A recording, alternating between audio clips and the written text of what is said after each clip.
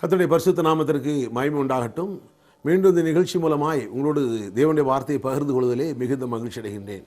எபேசியர் 1:17-18 என வாசித்தோம். நம்முடைய கர்த்தராகிய இயேசு கிறிஸ்து தேவனும் மகிமையின் பிதாவானவர் தம்மை அறிந்து கொள்வதற்கான ஞானத்தையும் தெளிவும் அளிக்கிற ஆவியை உங்களுக்கு தந்துள்ள வேண்டும் என்றும்.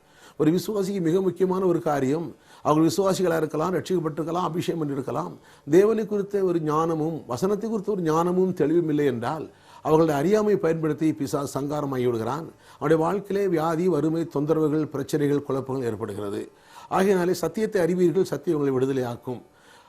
18ஆம் வசனம் வாசித்தோம். எபேசியர் 1:18 தான் நம்மை அழைத்ததினாலே நமக்கு உண்டாகி சுதந்திரம், நமக்கு உண்டாகி நம்பிக்கை என்னதென்றும், பரிசுத்தவான்களிடத்தில் நமக்கு உண்டாயிருக்கிற சுதந்திரத்துடைய மகிமையின் ஐஸ்வர்யம் என்னதென்றும். அப்போ நம் சுதந்திரம் சொத்து, பரிசுத்தவான்களிடத்தில் தமக்கு உண்டாயிருக்க சுதந்திரம். ஒரு மனுஷன் ஆண்டோட வர்றதுக்கு முன்னாலே அவன் பாவியாக இருக்கிறான், பிசாசிட்டு இருக்கிறான். ஆண்டோட வருகின்ற பொழுது தேவன் அவனை கிரையும் கொடுத்து மீட்கிறார். அது ரொம்ப முக்கியம்.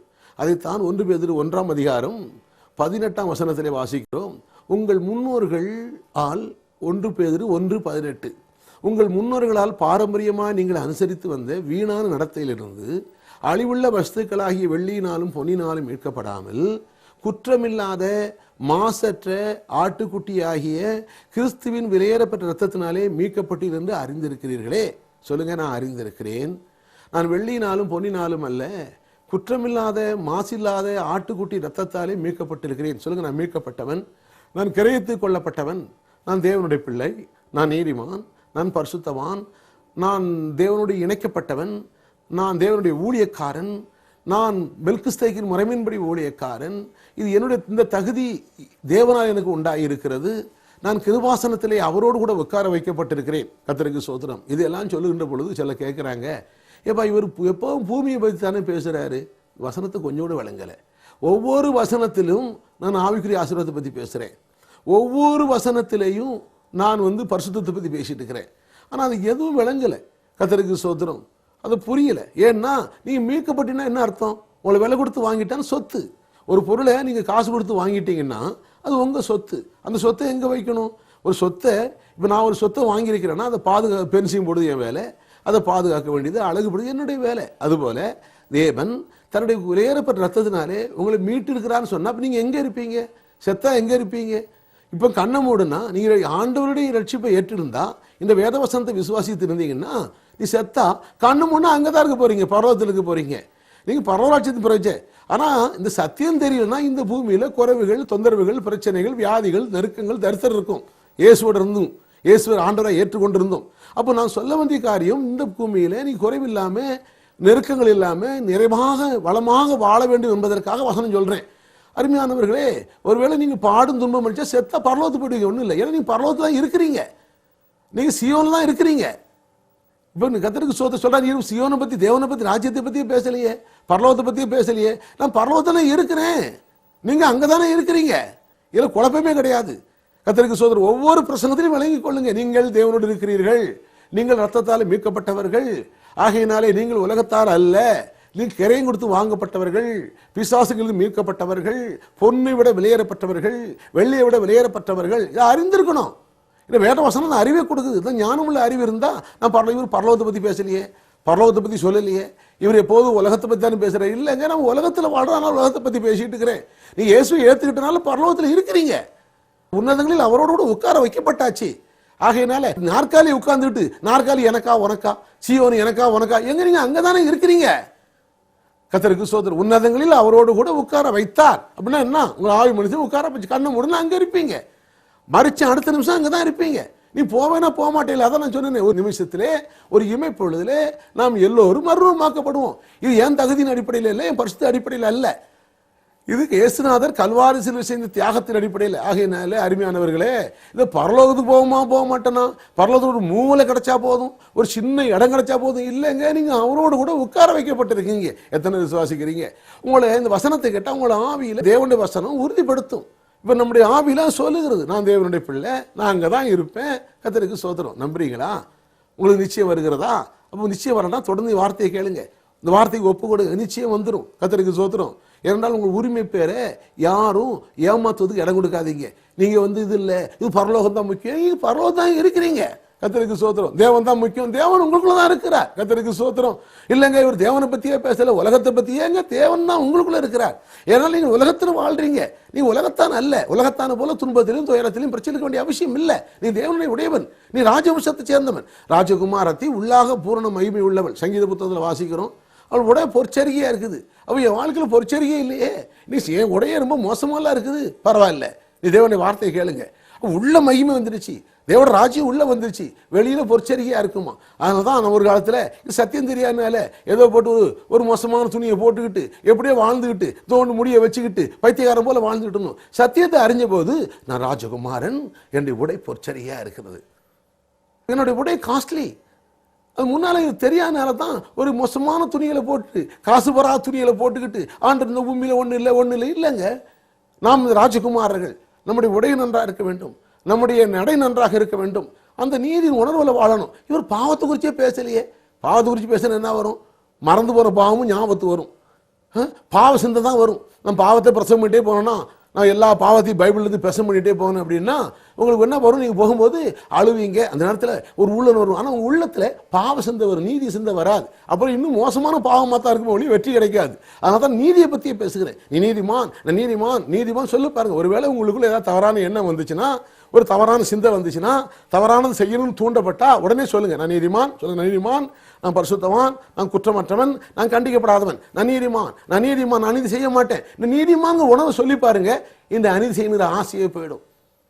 அதான் சொன்னேன். யார் மேல உங்களுக்கு கசப்பு இருக்கு அப்படின்னா, யார் மேல வெறுப்பு இருக்குன்னா சொல்லுங்க, நான் தேவனுடைய பிள்ளை, தேவன் அன்பாகவே இருக்கிறார், இந்த தேவன் எனக்குள்ள வாசம் பண்ணுகிறார், தேவ அன்பு உள்ளத்தில் ஊற்றப்பட்டு இருக்கிறது, நான் அன்பா இருப்பேன். சொல்லுங்க, நான் அன்பா இருப்பேன், என் விரோதிகளை நேசிக்கிறேன், என்னை பகைக்கிறவர்களை நேசிக்கிறேன், துரோகிகளை நேசிக்கிறேன், என்னை ஏமாற்ற நேசிக்கிறேன், நான் நேசிப்பேன். தேவன் அன்பாகவே இருக்கிறார், நான் தேவனுடைய பிள்ளை, நான் தேவனுடைய இணைக்கப்பட்டவன், நான் அன்பாகவே இருப்பேன், நான் அன்பாகவே இருக்கிறேன். சொல்லுங்க, நான் அன்பாகவே இருக்கிறேன், நான் அன்பாக இருக்கிறேன். நேசிக்க முடியாத நேசிப்பேன், நேசிக்க முடியாது இருந்த என்னை நேசித்தார், எனக்குள்ள தேவன் இருக்கப்படியாலே நானும் நேசிக்க முடியாத நேசிப்பேன், நான் அன்பில் வாழ்வேன். இப்படி சொல்லி பாருங்க, அந்த அன்பு உணர்வு உங்களுக்கு வந்துருங்க. இதை ப்ராக்டிஸ் பண்ணி பாருங்க. இதை ப்ராக்டிஸ் பண்ணிட்டு எனக்கு சொல்லுங்க. இதை ப்ராக்டிஸ் பண்ணிட்டு எனக்கு உடனே ஃபோன் பண்ணி சொல்லுங்க, பிரதர் நீங்க சொல்றது கரெக்ட், எனக்கு நீதி உணர்வு வருகிறது, நான் நீதிமான நீதி உணர்வு வந்திருக்குது. நான் பாவின்னு பிரசங்கம் கேட்டால் பாவ உணர்வு வந்து நான் மோசமாக தான் வாழ்ந்துருக்கிறேன். இப்போ நீதிமான்கிற உணர்வு வந்த பிறகு என் வாழ்க்கையில் மாற்றம் வந்திருக்குது. உண்மையாக அப்படி இருக்கணும், அப்படி உண்டு. என்னோட பேசுங்க, எனக்கு அதை சொல்லுங்க. ஏன்னா நான் பேசுற சத்தியம் இவ்வளவு தூரம் எனக்கு பிரயோஜனப்படுதுங்கிறது எனக்கு தெரியும். கர்த்தருக்கு ஸ்தோத்திரம். அருமையான ஜனமே, உங்களுடைய நல்வாழ்வில், உங்களுடைய சுக வாழ்வில், உங்களுடைய விருத்தியில, உங்களுடைய வெற்றியில உங்களுக்கு இருக்கிற அக்கறை விட உங்களை அழைத்த தேவனுக்கு கோடி மடங்கு அக்கறை உண்டு. ஏன்னா அவர் உங்களை விலை கொடுத்து வாங்கியிருக்கிறார், தன் உயிரை கொடுத்து வாங்கியிருக்கிறார். ஆகையால் நீ நன்றாக இருக்க வேண்டும் என்று அவர் விரும்புகிறார். உன் குடும்பம் நன்றாக இருக்க வேண்டும், இந்த பூமியில நன்றாக இருக்க வேண்டும், இந்த பூமியில செழித்து இருக்க வேண்டும், இந்த பூமியில சுயித்து இருக்க வேண்டும். ஏன்னா பரலோகத்தை பத்தி பிரச்சனையே இல்லை. இயேசுவை ஏத்துட்டா பரலோகம் தான், கல்லை ஏத்துட்டான் பரலோகம் தான். ஒரு இமைப்பொழுது ஒரு நிமிஷத்துல போயிடலாம். அது எல்லாம் முக்கியம். இந்த பூமியில பரலோகத்தை பிரதிபலிக்க வேண்டும், இந்த பூமியில குறைவிலும் தரித்திரத்திலும் ஆளக்கூடாது. அதுக்காக பிரசவம் பண்ணி கொண்டிருக்கிறோம். எத்தனை சுவாசிக்கிறீங்க? ஏனென்றால் நீங்கள் தேவனுடைய சொத்து, நீங்கள் தேவனுடைய சுதந்திரம். சரி, வாசிக்கிறேன்.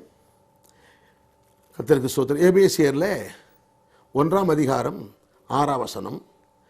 தம்முடைய தயவுள்ள சித்தத்தின்படியே நம்மை இயேசு கிறிஸ்து மூலமாய் தமக்கு சுவிகார புத்திரராகும்படி முன்குறித்திருக்கிறார். நீங்க முன்குறிக்கப்பட்டவங்க, நீங்க முன்குறிக்கப்பட்டவங்க.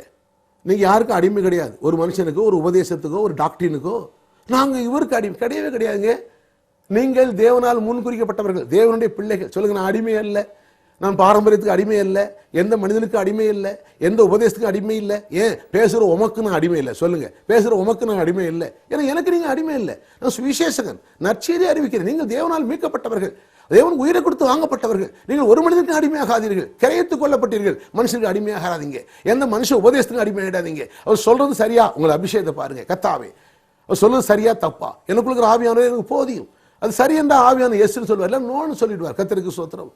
அருமையானவர்களே, விசுவாசிக்கிறீங்களா? நான் அடிமை இல்லை, நான் மீட்கப்பட்டவன், நான் கிரையத்துக் கொள்ளப்பட்டவன், நான் தேவனுடைய புத்திரன், நான் தேவனுடைய புத்திரன். எத்தனை விசுவாசிக்கிறீங்க? ஆகையினாலே இங்க என்ன சொல்லுகிறார்? அவருக்கு சொந்தமாக இருக்கு தேவனுடைய சுதந்திரம். எபேசியர் 1:18 என்ன சொல்றோம்? தாம் நம்மை அழைத்ததுனால நமக்கு உண்டாயிருக்கிற நம்பிக்கை என்னதுன்னும் பரிசுத்தவான்கள் தமக்கு உண்டாகிய சுதந்திரம். அப்போ அவருக்கு உண்டான சொத்துனா என்ன? அவர் உங்களை பார்த்து என்ன பார்த்து என்ன சொல்லுவாரு? எப்பா, இவன் என் உயிரை கொடுத்து வாங்கின என் சொத்து, இது ஏன் சொத்துப்பா, இது ஏன் சொத்து. அப்போ இதை விளங்கிக்கிட்டேன்னா நான் தேவனுடைய சொத்து, தேவனுடைய சொத்து, தேவனுடைய பாதுகாப்பு எனக்கு உண்டுன்னு சொல்லிட்டே இருந்தா, என் வீட்டில் பேய் இருக்குது, பிசாசு இருக்குது, செய்வன் இருக்குது, சூரியன் இருக்குன்னு நம்ப மாட்டீங்க. அது வஞ்சகம், அது சூது. பிரயோஜனால் யாராவது வீட்டில் வந்து பேய் இருக்குன்னா தேவனுடைய சொத்து, தேவனை விலை கொடுத்து வாங்கி இருக்கிறார், அவர் உயிரை கொடுத்து வாங்கி இருக்கிறார். அப்போ தேவன் எனக்கு வேலி போட்டு இருக்கிறார். எத்தனை நம்புறீங்க? கர்த்தருக்கு ஸ்தோத்திரம். என்ன வாசிக்கிறோம்? நீங்களும் எபேசியர் 1:13 நீங்கள் ரட்சிப்பின் சுவிசேஷமாய் சத்திய வசனத்தை கேட்டு விசுவாசிகளான போது வாக்குத்தத்தம் பண்ணப்பட்ட பரிசுத்த ஆவியால் அவருக்குள் முத்திரை போடப்பட்டீர்கள். 14ஆம் வசனம். அவருக்கு சொந்தமானவர்கள் அவருடைய மகிமைக்கு புகழ்ச்சியாக, அவருக்கு பேர் வழங்குவதற்காக புகழ்ச்சியாக மீட்கப்படுவார் என்பதற்கு ஆவியானவர் நம்முடைய சுதந்திரத்தின் அச்சாரமாக இருக்க. இதை வச்சுட்டு என்ன பண்றாங்க? கர்த்தருடைய மீட்க போறா இல்லைங்க. எங்க அவருடைய மகிமைக்கு புகழ்ச்சியாக மீட்கப்படுவார்னா அங்க இல்ல. அதான் பவுலே சொல்லிட்டார், நாம் எல்லாம் நித்திரை அடைய போறது இல்ல, கர்த்தர் வரும் பொழுது எக்காலம் துணிக்கும், அப்பொழுது ஒரு நிமிஷத்திலே ஒரு இமைப்பொழுது நாம் எல்லாரும். அந்த சபையில ஏகப்பட்ட குழப்படி அவர்கள் செய்த செயலின் அடிப்படையில் இல்ல, இயேசுநாதர் உயிரை கொடுத்து வாங்கி இருக்காரு, அதன் அடிப்படையில் பரலோகத்தில் போறோம். எத்தனை நம்புறீங்க? அப்ப இங்க சொல்றது என்னன்னா, அவருடைய மகிமைக்கு புகழ்ச்சியாக அவருடைய சொத்து. நீங்க இதை விலகி கொண்டா, இதை விசுவாசிச்சா நீங்க மீட்கப்படுவீர்கள். ஆவியானவர் சொல்றார், எஸ் எஸ் எஸ், நீ தேவனுடைய வார்த்தை விசுவாசிக்கிற, அதுதான் என்னுடைய சித்தம், அதுதான் என்னுடைய நோக்கம். ஆபிரகாமின் ஆசீர்வாதம் உண்டு, இது தரித்திரத்தில் மீட்கப்படுவே, நீ கஷ்டத்தில் மீட்கப்படுவே, இந்த பிரச்சனையில் மீட்கப்படுவே, இந்த துன்பத்தில் மீட்கப்படு. நீ அவருடைய சொத்து, நீ அதை விசுவாசி, உன் மனதை அதுல செட் பண்ணு, தவறான எண்ணங்களை விடு, ஒருவேளை அதுல உறுதியா நில்லு. அப்போ உனக்கு புதிய திட்டங்கள் வரும், புதிய ஆலோசனை வரும், நீ மீட்கப்படுவாய். நீ அவருக்குடைய மகிமைக்கு புகழ்ச்சியாக. இப்ப கர்த்தரை தேடிட்டு ஆண்டு பின்னால வந்துட்டு எனக்கு வியாதி வந்து மீட்கப்படலைன்னா ஆண்டு புகழ்ச்சி வருமா? வியாதி சுகமான போது கர்த்தர் மகிமைப்பட்டார். மக்கள், திரளான மக்கள் வியாதி சுகமான போது கர்த்தர் மகிமைப்பட்டார். திமிர்வாதக்காரன் அவன் மீட்கப்பட்ட பொழுது, அந்த வியாதியில் மீட்கப்பட்ட பொழுது தேவனை மகிமைப்படுத்தினார்கள். குருடனுக்கு கண்ணு கிடைச்ச உடனே தேவனை மகிமைப்படுது. அப்ப இப்ப எவனுக்கு எப்ப மகிமை வரும்? நீங்க வியாதிப்படும் போது மகிமை வருமா? நீங்க துன்பப்படும் போது மகிமை வருமா? நீ பிரச்சனையிலும் தரித்திரத்திலும் தோல்வியிலும் இல்லாமல் இருந்தால் மகிமை வருமா? இந்த பூமியில வச்சுட்டு இல்லைங்க, இந்த பூமியில பரலோகம் தாங்க முக்கியம், இந்த பூமியில வியாதி தாங்க, இந்த பூமியில வறுமை தாங்க, இந்த பூமியில அழுக தாங்க, கண்ணீர் தாங்க, இது மகிமை வருமா? எத்தனை விசுவாசி? தேவனுடைய சொத்தாச்சே. அப்ப அவருடைய சொத்துன்னா அவருடைய அத்தனை வல்லமே அந்த சொத்தை வெளிப்படுத்தணும் இல்லையா? அவருடைய தன் உயிரை கொடுத்து வாங்கியிருக்கிறாருன்னா, உயிரை கொடுத்து வாங்கிட்டு நீ பண்டாரம் போல, பரதேசி போல, ஒண்ணு இல்லாத போல இந்த உலகத்துல கர்த்தருக்கு ஸ்தோத்திரம் இல்லாமலும் ஏழாமலும் சத்தியம் அறியலை உங்களுக்கு, நீ விளங்கிக்கிட்டா. அப்படி இருந்தா நீ இல்லாமலும் ஏழாமலும் அவருடைய சொத்தா இருந்தா அவருக்கு மகிமை வருமா? அவருக்கு இழுக்கு வருமா? விளங்குகிறதா? விளங்கலையா? அதனால அருமையானவர்களே, பரலோகத்தில் இருக்கிறீங்க, நீங்க மீட்கப்பட்டவங்க. இந்த பரலோகம் போறனா போவலையா, நீ போவையா, அவன் போவலையா, அவரு கல்லறை துறக்குமா, இது கல்லறை துறக்காதா, இதெல்லாம் இந்த கேள்விக்கு இடமே இல்லை. இது மாம்ச சிந்தை, இது மரணம். தேவனுடைய வார்த்தை என்ன சொல்லுது? மாம்ச சிந்தை மரணம், ஆவின் சிந்தை வசனம் என்ன சொல்லுது? இது என் தகுதி இல்லை, கல்வாரத்தினாலே மீட்கப்பட்டவன், அவரோட உட்கார வைக்கப்பட்டவன், அவர் எனக்குள்ள இருக்கிறார். இப்போ நான் வசனத்தை விளங்கி நான் இந்த பூமியில அவருடைய மகிமைக்கு போச்சு நான் மீட்கப்படணும். எல்லா பிரச்சனையிலிருந்தும், எல்லா வறுமையிலிருந்தும், என் குடும்பத்தில் கஷ்டத்தில் இருந்தும், என் புருஷ மஞ்சாதிகள் பிரச்சனை இருக்குது, அதில் மீட்கப்படணும். அதுல இருந்து அந்த சாத்தான துரத்தப்படணும். அப்ப நீங்க என்ன பண்ண? இயேசு நாமம் கொடுக்கப்பட்டிருக்குது. அந்த நாமத்துல வானோர் பூதலத்தோர் பூமியிலானோர் முழங்காலாவும் முடங்கத்தக்கதாக அந்த அதிகாரம் கொடுக்கப்பட்டிருக்குது. அந்த நாமத்தை உபயோகிக்கிற உரிமைகளும் கொடுக்கப்பட்டிருக்குது. அந்த நாமத்தை எடுத்து இயேசுவின் நாமத்துல என் குடும்பத்தில் குழப்பத்தை உண்டாகிற பிசாசே போன்னு சொல்லணும். அந்த உறுதியா ஏத்து நிற்கணும். வசனத்துல உறுதியா இருந்து பிசாசு ஏத்து நிற்கணும். அவன் ஓடி போயிடுவான், அந்த குழப்பம் ஓடி போயிடும். அப்போ முதலாம் வேத வசனத்தை எடுத்துக்கிட்டு உங்க வாழ்க்கை பாவம் எண்ணத்தை கொண்டானா அதுக்கு ஏத்து நிற்கணும். உங்க வாழ்க்கையில அசுத்தத்தையும் கோபத்தையும் மாம்ச இச்சைகளையும் கொண்டு வந்தா அதை நீங்க ஏத்து நிற்கணும். சில என்கிட்ட அப்பப்போ போன் பண்றாங்க, என் வாழ்க்கையில் இந்த மாதிரி பிரச்சனை, என் வாழ்க்கையில் என்னால விட முடியல, என்னால் அந்த வாலிபரை மறக்க முடியல, என்னால் அந்த வாலிப சகோதரியை மறக்க முடியல, நான் அவளை கல்யாணம் பண்ணணும் நான் சொல்லிக் கொடுக்குறேன். இல்லை, உன்னால முடியும், தேவனுடைய அபிஷேகம் உனக்குள்ள இருக்குது, நீ முடியும் சொல்ல முடியும். என்னை பலப்படுத்த கிறிஸ்துனாலே முடியும். அது எண்ணங்களே இல்லை, அது தேவன் கொண்டது எண்ணம் அல்ல. அதுக்கடுத்து அது மாம்ச சிந்தை. நான் மேற்கொள்ள மறப்பேன். ஏன்னா தேவனுடைய வல்லமை பெருசு, தேவனுடைய வார்த்தையின் வல்லமை பெருசு. நீ அவரால் ரத்தத்தால் மீட்கப்பட்டவன், நீ பிசாசால் நடத்தப்படுறவன் அல்ல, நீ தேவனால் நடத்தப்படுகிறவன், நீ தேவ ஆவியால் வசனத்தால் நடத்தப்படுகிறவன். ஆகையினாலே அருமையான தேவனுடைய ஜனமே, அவருடைய மகிமை நீ அவருடைய சொத்து. நம்புறீங்களா? இது விளங்குகிறதா?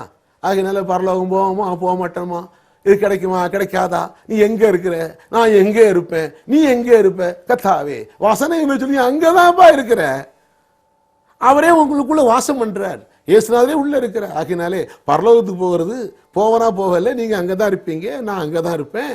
ஆனா என்ன விஷயம், நான் சத்தியத்தை விளங்குனால இந்த பூமியில விடுதலையோடும் சுகத்தோடும் செல்வத்தோடும் செழிப்போடும் பரலோகம் வந்து சேருவேன். நீ சத்தியம் விளங்கலன்னா தரித்திரத்திலையும் துன்பத்திலையும் கண்ணீரிலையும் கவலையிலையும் அங்க வந்து சேர்ந்துருவீங்க. ஏன்னா அங்கதான் இருக்கிறீங்க. ஆகையினால இந்த பூமியில எல்லாம் நிறைவும் பெற்றா தேவனுக்கு மகிமை. வியாதியோடே போய் பரலோகம் சேர்ந்தா என்ன சொல்லுவாங்க? கர்த்தரை விசுவாசித்தான், கடைசி வரைக்கும் வியாதியிலே இருந்து சேர்த்து போயிட்டான்பா. இது மகிமையா? சுதந்திரிக்க தவறிவிட்டான், ஆசீர்வாதத்தை சுதந்திரிக்க தவறிவிட்டான். அதுக்கு தாங்க பேசுகிறோம். தொடர்ந்து கவனிங்க, தொடர்ந்து சத்தியத்தை விளங்குங்க. இப்போ தான் புதுசாக கேட்குறேன்னா முந்தின கேசட்டை கேளுங்க. இது எல்லாத்தையும் கேட்டால் ஒரு கேசட் ஒரு செய்தி மிஸ் பண்ணாலும் நீங்கள் மிஸ் பண்ணிட்டீங்க.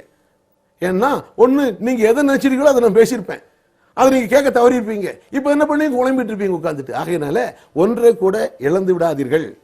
ஒரு வேளை என்றால் ஒவ்வொரு நாளும் ஒவ்வொரு விசனங்களை எடுத்து வியாக்கியானம் பண்ணி கொண்டிருக்கிறேன். உங்கள் நடைமுறைக்கு, அன்றாட வாழ்க்கைக்கு கர்த்தருக்கு ஸ்தோத்திரம். இது என்ன வாசிக்கிறோம்? எபேசியர் 1ஆம் அதிகாரத்திலே நீங்க அப்படியான அவருக்கு சொந்தமானவர்கள், 14ஆம் வசனம், அவருக்கு சொந்தமானவர்கள் அவருடைய மகிமைக்கு புகழ்ச்சியாக மீட்கப்படுவார்கள் என்பதற்கு ஆவியானவர் நம்முடைய சுதந்திரத்தின் நாம் தேவனுடைய சொத்து. சொல்லுங்க, நான் தேவனுடைய சொத்து. தேவன் விலை கொடுத்து வாங்கியிருக்கிறார். ஆவியானவர் எனக்கு உறுதிப்படுத்துகிறார். அச்சாரம் கூட, ஏன் நான் மீட்கப்படுவேன், இந்த கஷ்டத்திலிருந்து வெளியே வருவேன். பரலோகத்தில் அங்கே மீட்பே தேவையில்லைங்க. ஏன்னா அங்கே வியாதி இல்லை, வறுமை இல்லை, துன்பம் இல்லை. இங்கே தான் பேசிட்டு இருக்கிறேன். கர்த்தருக்கு ஸ்தோத்திரம். நீங்க பரலோக சிந்தை இருந்தாலே, பரலோக ராஜ்யத்தின் நீதி இருந்ததுன்னா உலகத்தில் எல்லாம் இருக்கும். இல்லைன்னா என்ன அர்த்தம்? தேட வேண்டிய பிரகாரமா தேடலை, அவ்வளவுதான்.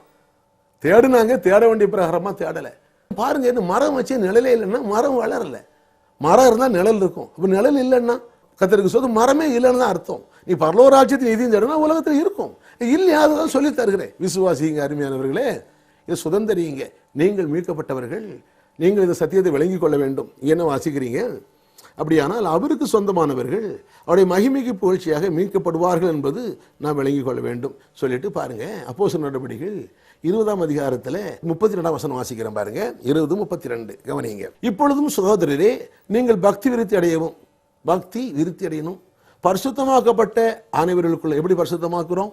இயேசு விசுவாசிப்பதனால, நீங்க செஞ்ச செயல்னால அல்ல, இயேசு ரத்தத்தினாலே பரிசுத்தமாக்கப்படுறோம். அப்போ ஏசியாவில் ஒரு வசனம் வாசித்தோம் இல்லையா? 66:17 நினைக்கிறார். சொன்ன தன்னைத்தானே பரிசுத்தமாக்கி கொள்றவன் சங்கரிக்கப்படுவான். நான் பரிசுத்தமாயிடுவேன், நான் போட்டு உபாசம் போட்டு ஜெபம் பண்ணி பிரதேசம் பண்ணி நான் அப்படி வாழ்ந்து இப்படி வாழ்ந்து நான் பரிசுத்தமானா அது சங்காரம் தானா? அப்போ இயேசுகிட்ட வந்து இயேசு ரத்தத்தால் கழுவப்பட்டு இயேசுக்கு வாழ்க்கையை ஒப்பு கொடுத்து இயேசு ரத்தத்தால் பரிசுத்தமாக்கப்பட்டதான் பரலோகம். அந்த ரத்தத்தை எடுத்துகிட்டு போனால் தான் பரலோகம். அதை விட்டு நான் ஒருத்தல் தியாகம், நான் பெரிய ஜெபம், நான் அப்படி தான் பண்ணினேன். ஒரு காலத்தில் பரிசுத்தமாக இருந்து கறி சாப்பிட மாட்டேன், மீன் சாப்பிட மாட்டேன், உப்பு உரப்பு சேர்க்க மாட்டேன். வாலிபனாக இருந்தபோது திருமணமாகிறதுக்கு முன்னால் பாவ உணர்ச்சி வரும்போது ஒரு பெரிய சாட்டை வச்சு நானே அடிச்சுக்கிடுவேன். நிறைய பெரிய பரிசுத்தமான புக்கெல்லாம் படிச்சுட்டு அவங்க அப்படி தான் அடிச்சுக்கிட்டாங்க, நான் அடிச்சுக்கிடுவேன். ஒரு தவறான உணர்ச்சி வரும்போது கையை கீறிக்கிடுவேன். என் சரீரமே உனக்கு தண்டனை கொடுத்துக்குவேன், நான் எப்படியாவது பரிசுத்தமான ஒன்றும் இல்லைங்க. அது கொஞ்சம் ரிலீஃப் கிடைச்சிது, ஆனால் உண்மையான ரிலீஃப் கிடைக்கல. ஆனால் என் வாழ்க்கையை ஆண்டவருக்கு ஒப்பு கொடுத்த பொழுது, தேவனுடைய வார்த்தைக்கு ஒப்பு கொடுத்த பொழுது, தேவனுடைய வல்லமை என்னை ஆட்கொண்ட பொழுது, கர்த்தருக்கு ஸ்தோத்திரம், இந்த வெளிச்சம் என்னை ஆட்கொண்ட போது எல்லாம் போயிடுச்சு. அப்போ இந்த பரிசுத்தங்கிறது தேவனுடைய வார்த்தை இயேசுவை ஏற்றுக்கொள்வதனாலேயும், தேவனுடைய வார்த்தையை அறிந்து கொள்வதனாலையும், அந்த வார்த்தைக்கு தன்னை அர்ப்பணிப்பதனாலையும், தேவனும் தேவ ஆவியானவரும் நமக்குள்ள கிரியை இடம் கொடுப்பதனாலையும் இந்த பரிசுத்தம் வருகிறது. இந்த பரிசுத்தத்தை தான் பரலோகம் திறக்கும். அதை விட்டுட்டு நீ எந்த பரிசுத்தம் பண்ணினாலும் அதுக்கு சங்காரம் தான் என்று வேதம் சொல்லுகிறது. எத்தனை வாசிக்கிறீங்க? ஹல்லேலூயா. இப்போ அதைத்தான் வாசிக்கிறேன். அப்போஸ்தலர் நடபடிகள் 20 என்ன வாசித்தோம்? நீங்கள் பக்தி விருத்தி அடையவும், வேதத்தை படித்து அதில் விருத்தி அடையணும். பக்தி எப்படின்னா வேதத்தை படித்து அந்த வசனத்தை புரிஞ்சு அதில் விருத்தி அடையணும். நாளுக்கு நாள் விருத்தி அடையணும். பொருளாதாரத்தில், குடும்ப வாழ்க்கையில், சந்தோஷத்தில், சமாதானத்தில், அன்பில், ஒழுக்கத்தில், நன்னடத்தையில், நற்கிரியை செய்கிறதில்ல, கர்த்தருக்காக ஊழியம் பண்ணுறதில்ல, இதில் விருத்தி அடையணும். அதான் பக்தி விருத்தி. பக்தி விருத்தினா சும்மா ஜபம் ஜபம் ஜபம் ஜபம் ஜபம், வேலை வெட்டிக்கு போகாமல் ஜபம் ஜபம் ஜபம் ஜபம், அதில் இல்லைங்க, ஏமாத்துங்க. அது கர்த்தருக்கு ஸ்தோத்திரம். வேலை வெட்டி செய்கிறது இல்லை, குடும்பத்தை பார்க்கறது இல்லை, கர்த்தருக்கு ஸ்தோத்திரம். வந்து ஜபம் ஜபம் ஜபம், இப்போ கண்ணு மூடிட்டு ஏதாவது தரிசனம் வராதா, ஒரு சொப்பனை வராது, அது இல்லைங்க. பிரைஸ் எல்லாம் கர்த்தருக்கு ஸ்தோத்திரம். அவன் வாழ்க்கையில் அவனே ஒரு வேசவாசம் பண்ணி ஜெபங்கிறது என்ன? படுக்கும்போது ஜெபம், நடக்கும்போது ஜெபம், தூக்கும்போது ஜெபம், மனம் முழுவதும் தேவன் நிரம்பி கிடக்குது. தூக்கம் வர வரைக்கும் ஜெபம். அதை விட்டுட்டு வேலை வெட்டி செய்யாம, எதையுமே சொந்தமாக்காம, கர்த்தருக்கு ஸ்தோத்திரம், குடும்பத்துக்கும் பிரயோஜனம் இல்லாம, மற்றவங்களுக்கும் பிரயோஜனம் இல்லாம எப்போதும் ஜெபம் ஜெபம் ஜெபம், அதை வேதம் போதிக்கலைங்க. எத்தனை சுவாசிக்கிறீங்க? சத்தியத்தை ஒழுங்க வழங்கிட்டீங்கன்னா உங்கள் வாழ்க்கையில் சுறுசுறுப்பு வரும், புதிய திட்டம் வரும், புதிய யுக்தி வரும், புதிய கண்டுபிடிப்பு வரும். பரிசுத்த ஆவியானவர் உங்களை போதிப்பார், உங்களை உந்துவார், உங்களை தள்ளுவார், உங்களை அசாதாரண மனுஷனாக மாற்றுவார். இதுதான் சத்தியம். அப்போ பக்தி விருத்தி அடையவும், பரிசுத்தமாக்கப்பட்ட சுதந்திரத்தை உங்களுக்கு கொடுக்க வல்லவராயிருக்கிற தேவனுக்கும் அவருடைய கிருபையுள்ள வசனத்தை உங்களுக்கு ஒப்பு கொடுக்குறேன். அப்போ தேவனும் அவருடைய கிருபையுள்ள வசனம் தான் இதை கொடுக்குறாராம். இந்த ஆசீர்வாதங்கள்லாம் யாரு கொடுக்குது? தேவனும் அவருடைய கிருபையுள்ள வசனமும். வசனத்திலே கிருபை தான். கிருபைன்னா என்ன? தகுதி இல்லாத மனுஷனுக்கு இலவசம் கொடுக்குற இதுக்கு பேர் கிருபை. மோசை மூலம் வந்த வசனம் என்ன? அது நியாயப்பிரமாணம். செஞ்சா உனக்கு வாழ்வு, செய்யலைன்னா சாவு. ஆனால் இயேசு கிறிஸ்து மூலம் இயேசு என்ற தேவன் இந்த பூமிக்கு வந்தபோது கிருபையும் சத்தியம் உள்ளவராக வந்தார்.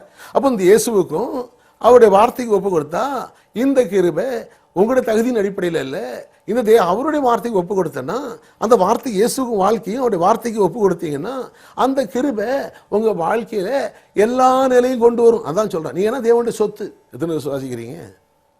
விளங்கலானா 20ஆம் அதிகாரம் 28ஆம் வசனத்தை வாசிக்கிறேன் பாருங்க.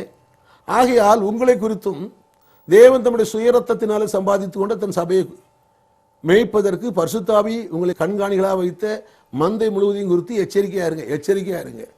தேவன் தன் சுயரத்தத்தினால சம்பாதித்த, ஏதோ நீங்க சம்பாதிக்கல, ஏன் ஆடு ஏன் சொத்து இல்லைங்க. சில சொல்றாங்க இது ஏன் ஆடு, நீ அங்கே போகக்கூடாது இங்கே போகக்கூடாது, போய் சத்தியம் கேட்கக்கூடாது, இங்கே போகக்கூடாது, நாங்கள் இங்கே தான் இருக்கணும், ஏன் ஆடு என்ன கத்திரிக்கு சொத்துறோம், ஏதோ கொட்டா போட்டு வச்சுக்கிட்டு பட்டா பண்ண சொல்லியிருக்கிறார் ஆண்டவர். தேவனுடைய பிள்ளைகள் இயேசு ரத்தால கழுவப்பட்டவர்கள், யாருக்கும் அடிமை கிடையாது. இன்னைக்கு பார்த்தா நான் இந்த அடிமைத்தனத்தை உதறி தள்ளுங்க, உங்களை அடிமைப்படுத்த விடாதீங்க, யாராவது நுகத்தடியில் போட விடாதீங்க. தேவனுடைய பிள்ளை, தேவனை நேசிங்க, தேவனுடைய ஊழியர்களை நேசிங்க, தேசத்தில் குடியிருந்து சத்தியத்தை மேய்ந்து கொள்ளுங்க. எனக்கு தேசத்தில் குடியிருந்து சத்தியத்தை மேய்ஞ்சு கொள்ளணும். அதை விட்டுட்டு என்னெல்லாம் சொல்றதை கேட்டுக்கிட்டு இது அங்கதான் போகக்கூடாது, நான் இங்கே தான் இருக்கணும், அப்படி கிடையாது. அருமையானவர்களே, நீங்க யாருடைய சொத்தும் இல்லை, நீங்க தேவனுடைய சொத்து. தேவன் தன் சுயரத்தத்தினால் சம்பாதித்த சொத்து. யார் சொத்து? அரசாங்க சொத்து. இதில் கொட்டா போடக்கூடாது, பட்டா பண்ணக்கூடாது. சொத்துல போய் நான் வேலை செய்யலாம், அது ஒழுங்கா வேலை செய்யணும். ஒருவன் போதித்தால் தேவனுடைய வாக்கியத்தைப்படி போதிக்கணும், கண்டகளெல்லாம் போதிக்கக்கூடாது, குப்பையெல்லாம் போதிக்கக்கூடாது. அருமையானவர்களே, ஆகையினாலே என்ற வார்த்தைகள் எத்தனையோ ரட்சிக்கப்பட்டாங்க. நான் அவங்க மேலே உரிமை கொண்டாடுறது, ஏன் சொத்து ஏன் ஆடு கிடையாது. வசனம் சொன்னேன், அது தேவனுடைய வார்த்தை, கிருபையுள்ள வார்த்தை சொன்னேன். வசனம் ரட்சித்தது, தேவன் ரத்தத்தினால மீட்டு கொண்டார். ஆகையினால அது தேவனுடைய சொத்து, அவ்வளவுதான். என் வேலை முடிஞ்சு போச்சு. என்னுடைய ஆசீர்வாதம் இந்த ஆட்டுலேருந்து வருது. இந்த ஆட்டுலேருந்து எவ்வளோ கிடைக்கும், இந்த ஆடுல எவ்வளோ கிடைக்கும் இல்லைங்க. இந்த ஆடை நான் கொழுக்க வைக்கிறேன், தேவன் என்னை கொழுக்க வைக்கிறார். என் ஆடுலேருந்து எவ்வளோ கறக்கலான்னு பார்க்கறது இல்லை, எவ்வளோ ஊசி போட்டு எடுக்கலாம்னு பார்க்கறது இல்லை, இந்த ஆட்டுக்கு எவ்வளோ கொடுக்கலான்னு பார்க்குறேன். நான் கொடுக்க ஆரம்பிக்கும் போது சுவிசேஷம் பேசுகிறபடினால சுவிசேஷம் பிழைப்பு வருது. எப்படி வருது? அது தேவனால வருது. அது தெரியல. மனித புத்திக்கும் மனித அறிவுக்கும் மனித ஞானத்துக்கும் அப்பாற்பட்ட விதத்தில் தேவன் கர்த்தர் வாழ்க்கையை ஆசீர்வதிக்கிறார். சிலர் உள்ளங்களை ஏவுகிறார், சிலர் கர்த்தருக்கு சோத்திரம், சிலர்களை கொடுக்க வைக்கிறார். அவங்க உள்ளத்துல இது தேவனுடைய செயல். அருமையானவர்களே, ஆகையினாலே எனக்கு என்ன கிடைக்கும்? இந்த ஆடுகிட்ட என்ன புடுங்கலாம் இல்லை, இந்த ஆடை நான் எப்படி, ஆடு அல்ல இவங்க தேவனுடைய பிள்ளைகள். சொன்ன ஆடுன்னா கடைசி வரைக்கும் ஆடு புத்தியே வந்துடும். ஹல்லேலூயா. மந்தைனா அந்த அவங்க அந்த இஸ்ரேல் மக்கள் இந்த ஆடு மேய்ச்சி அந்த பழக்கிறதுனால அது அப்படி அந்த லெவல்ல பேசுறாரு, அவ்வளவுதான். அவர் தேவனுடைய பிள்ளை, அவர் நம்முடைய தேவன், நாம் அவருடைய பிள்ளைகள். ஆகையினாலே அருமையான நாம் தேவனுடைய சொத்து, அவருடைய ரத்தத்தினாலே நாம் சம்பாதிக்கப்பட்டவர்கள்.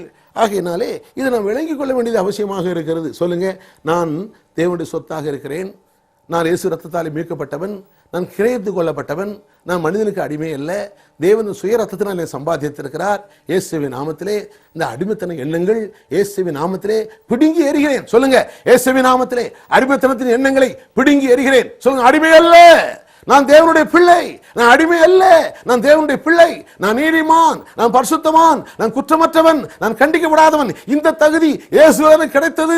நான் பரலோகத்தில் இருக்கிறேன், நான் தேவனுடைய ராஜ்யத்தில் தேவனால் உட்கார வைக்கப்பட்டிருக்கிறேன்.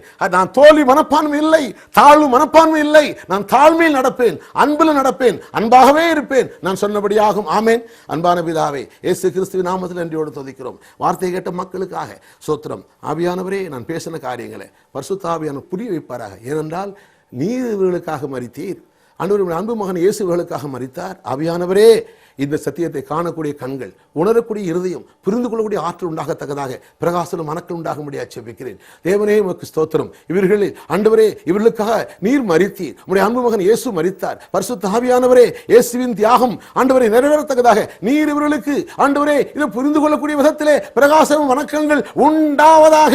ஒவ்வொருவரும் எழும்பி கர்த்தருடைய ராஜ்யத்தை கட்டுவார்களாக, கர்த்தருக்கென்று எழும்பி கிரியை செய்வார்களாக. இவர்கள் தேவனுடைய ஆலயம் என்றும் ஆண்டவரை இன்னும் இருளில் இருக்கிற மக்களை வெளிச்சத்துக் கொண்டு வர இவர்கள் பணத்தாலும் முயற்சியாலும் எல்லா விதத்திலையும் கர்த்தருடைய வேலையை செய்வார்களாக. இவருக்குள்ள தாளந்துகளை புதைத்து விடாதபடி இந்த தாளந்துகளை எடுத்து பயன்படுத்தி கர்த்தருக்கென்று கனி கொடுப்பார்களாக. பிரகாசன வணக்கங்கள் உண்டாவதாக, நல்வாழ்வு உண்டாவதாக. இயேசு கிறிஸ்துவின் நாமத்திலே நம்முடைய ஜனங்களை ஆசீர்வதிக்கிறேன். ஆமேன், ஆமேன். தேங்க்யூ. நாளை பார்ப்போமா?